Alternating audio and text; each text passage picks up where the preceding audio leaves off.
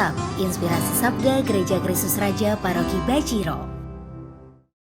Saudara yang dikasihi Tuhan, kita berjumpa kembali dalam Inspirasi Sabda Gereja Kristus Raja Baciro Yogyakarta. Hari ini Rabu 28 September 2022. Berkah dalam. Hari ini kita akan bersama-sama merenungkan sabda Tuhan dari Injil Lukas bab 9 ayat 57 sampai dengan 62. Mari kita simak bersama-sama. Sekali peristiwa, ketika Yesus dan murid-muridnya sedang dalam perjalanan, datanglah seorang di tengah jalan.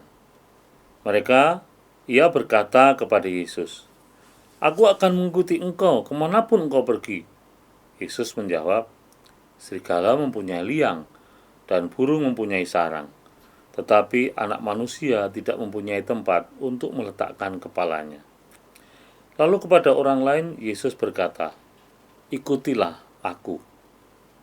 Berkatalah orang itu, "Izinkan aku pergi dahulu menguburkan bapakku."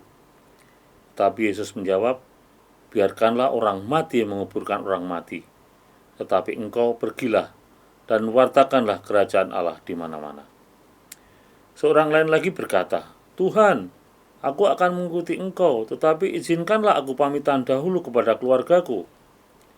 Tetapi Yesus berkata, "Setiap orang yang siap membajak tetapi menoleh ke belakang tidak layak untuk kerajaan Allah." Demikianlah sabda Tuhan. Terpujilah Kristus. Totalitas. Itulah kata kunci yang saya temukan dari baca Injil hari ini. Totalitas untuk apa? Totalitas untuk mengikuti Kristus. Kita tidak butuh banyak pertimbangan untuk mengikuti Kristus. Karena apapun itu, ajarannya adalah kebaikan, ajarannya adalah membagikan cinta kasih kepada setiap orang yang kita jumpai, membagikan kabar gembira Injil Kristus kepada setiap orang yang kita temui.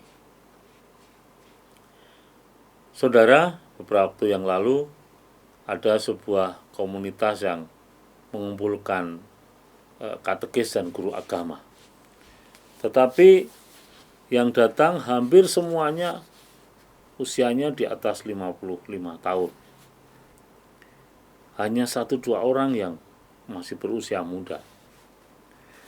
Menjadi katekis, mewartakan sabda Tuhan, mendampingi orang-orang yang ingin belajar tentang bagaimana menjadi orang Katolik, bagaimana pewartaan sabda Tuhan, memang bukan sesuatu yang mudah, tetapi bukan juga sesuatu yang sangat sulit untuk dilakukan. Hanya butuh kemauan. Kalau kita ingat para pendahulu kita di gereja-gereja awal di tanah Indonesia ini, terutama ketika kita mendengar peristiwa pembaptisan di Sendang Sono sampai dengan munculnya gereja awal di Gereja Kristus Raja Baciro ini, kita dapat mengetahui bahwa mereka yang menjadi katekis di awal-awal penyebaran ajaran Kristus bukanlah orang-orang pandai, bukan orang pintar yang dilatar belakangi pendidikan keagamaan atau teologi atau Injil, kitab suci yang qualified, yang punya kualitas yang baik, yang secara intensif belajar. Tidak. Mereka hanya mengandalkan semangat mau mengabdi dan melayani Tuhan melalui sesama. Dan percaya atau tidak, tapi semuanya jelas terjadi tangan Tuhan sendiri yang berkarya membimbing orang-orang itu sehingga bisa mengajak banyak orang untuk menjadi pengikut Kristus. Ini sebuah peristiwa yang menurut saya harus kita ingat dan menjadi motivasi kita saat ini. Banyak orang yang mengatakan saat ini mereka sibuk bekerja, tidak ada kesempatan untuk bisa memberikan dirinya pada pasamuan suci, pada gereja. karena kesibukan mereka itu. Sebagian dari mereka mengatakan, pokoknya kalau untuk aktif di gereja saya saat ini nggak bisa. Tapi kalau kamu butuh dana berapapun akan saya berikan. Ya saudara, gereja bukan sekumpulan dana yang banyak tapi tidak ada yang memanfaatkan. Gereja adalah sekumpulan orang beriman, komunitas orang beriman yang memberikan dirinya untuk saling mencintai, saling melayani, dan menjadi anak-anak Allah, menjadi murid-murid Kristus. Seandainya di gereja banyak dana karena orang ingin memberikan dana saja, maka siapa yang mau berkegiatan dengan dana itu? Siapa yang memanfaatkan dana itu untuk segala aktivitas, entah itu karitatif, entah itu sosial, keagamaan, peribadatan? Tidak ada, karena tidak ada orang yang datang dananya. Maka saudara, meskipun hanya sejenak, saya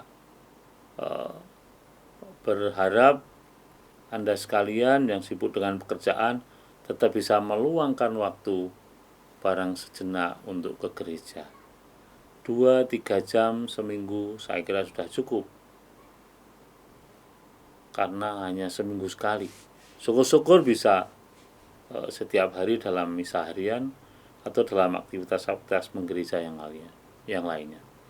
Karena pada dasarnya gereja itu adalah gereja kita semua. Gereja bukanlah gedung yang megah tanpa umat. Gereja yang dinamis adalah gereja yang umatnya bergerak, yang umatnya hidup, yang umatnya beraktivitas. Kita harus menghargai jerih payah para pendahulu kita, para katekis di awal gereja ini berkembang di Jawa dan di Yogyakarta ini. Kita hargai perjuangan mereka dengan terus menjadikan gereja kita komunitas yang hidup, komunitas yang terus berkembang, supaya ke depan kita pun bisa mewariskan semangat itu kepada anak-anak kita, kepada orang-orang muda yang memang menjadi masa depan gereja. Oleh karena itu, saudara, mari kita merenungkan pertanyaan reflektif untuk hari ini. Seberapa besar keterlibatan Anda dalam mengimani Yesus dan melibatkan diri dalam pewartaan menggereja? Sudahkah kita bermurah hati terlibat dalam pelayanan di gereja kita saat ini? Mari kita renungkan, mari berusaha kita jawab pertanyaan ini, sehingga kita bisa merefleksikannya untuk menentukan langkah kita selanjutnya. Berkah dalam.